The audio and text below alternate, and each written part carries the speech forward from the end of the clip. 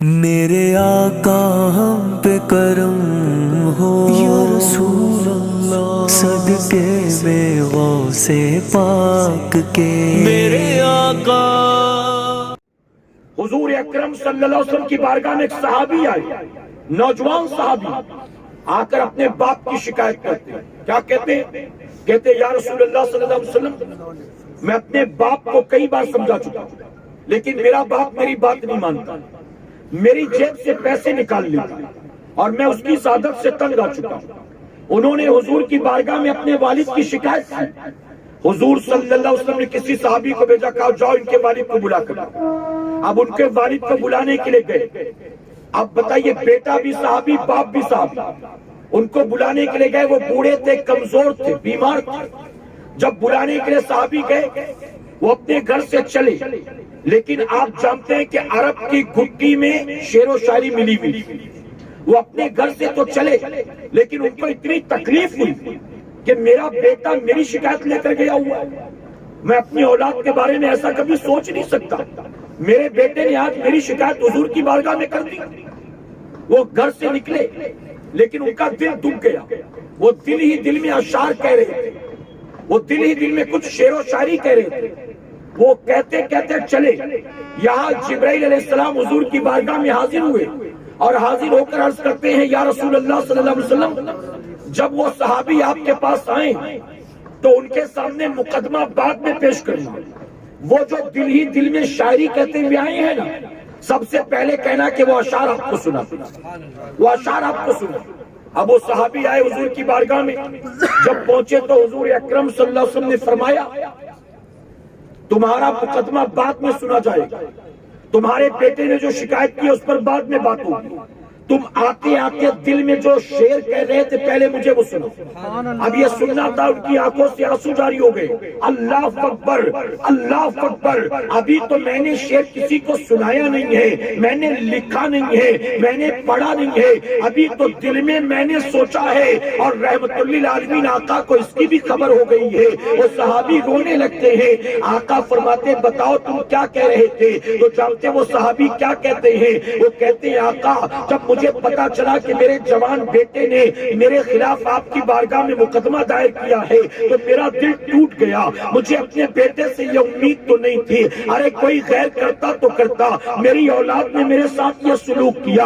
وہ کہتے آقا میں یہ کہہ رہا تھا۔ اب وہ اشعار چونکہ ان کے عربی میں تھے، اب وہ عربی اشعار میں آپ کو سنا نہیں سکتا اور اس کا ایگزیکٹ ترجمہ بھی آپ کو بتا نہیں سکتا، میں ان اشعار کا مفہوم آپ کو بتاتا ہوں، لیکن آپ مفہوم کو سمجھنے کی کوشش کریں۔ وہ صحابی عرض کرتے، آقا جب یہ پیدا ہوا تھا نا، اس وقت میں بڑا خوش ہوا تھا کہ یہ میرے گھر میں بیٹا پیدا ہوا ہے، میری نسل کا خاندان کا چشم و چراغ آ گیا ہے، میرے بڑھاپے کی لاٹھی آ گئی ہے، میرے بڑھاپے کا سہارا آ گیا ہے۔ اے آقا میرے بیٹے کے پیدا ہونے کے بعد پھر میں اپنے لیے نہیں جیتا تھا، میرا جینا بھی اس کے لیے تھا، میرا مرنا بھی اس کے لیے تھا، میں خود تو بھوکا رہتا تھا لیکن میں نے اس کو کبھی بھوکا نہیں رکھا، میں کبھی اس کی چھاؤں بن جاتا تھا، کبھی برسات میں اس کے لیے چھت بن جاتا تھا، کبھی میں اس کے لیے راتوں کو بستر بن جاتا تھا، میں کبھی اسے اپنے گود میں رکھتا تھا، کبھی انگلی پکڑ کر چلاتا تھا، کبھی اپنے سینے سے لگاتا تھا، کبھی اس کے گالوں کو چومتا تھا، کبھی اس کی پیشانی کو چومتا تھا۔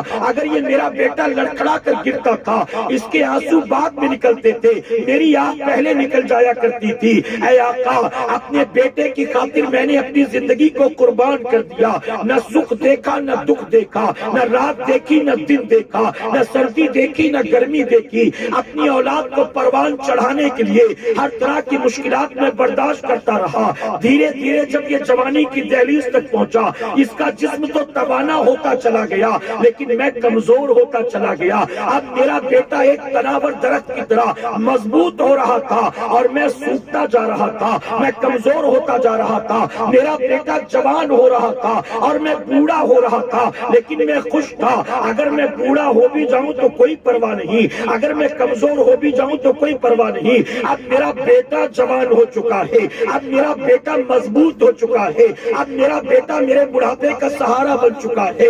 اے آقا، میں اپنے بیٹے کی جوانی کو دیکھ کر، اس کے حسن کو دیکھ کر، اس کے چہرے کو دیکھ کر، اس کے ہاتھ پیر کی طاقت کو دیکھ کر سکون حاصل کیا کرتا تھا۔ لیکن آقا، جب میں کسی کام کے لائق نہیں رہا، جب میں پوری طرح اپنے بیٹے پر ڈیپینڈ ہو گیا، تو آپ کو پتا میرے بیٹے نے میرے ساتھ کیا کیا؟ ارے عرب کا دستور ہے، لوگ غلاموں سے غلامی کرانے کے بعد انہیں بھی صبح شام ایک روٹی کھلا دیتے ہیں، لیکن میرا یہ بیٹا مجھے دن دن بھر بھوکا رکھتا ہے، میں رات بھر بھوک کی وجہ سے سو نہیں پاتا ہوں۔ اے آقا، یہ مجھے غلام سمجھ کر بھی اگر صبح شام روٹی کے ٹکڑے دے دیتا تو بھی میں اس کی کبھی شکایت نہ کرتا، میں کبھی اس کو برا بھلا نہ کہتا۔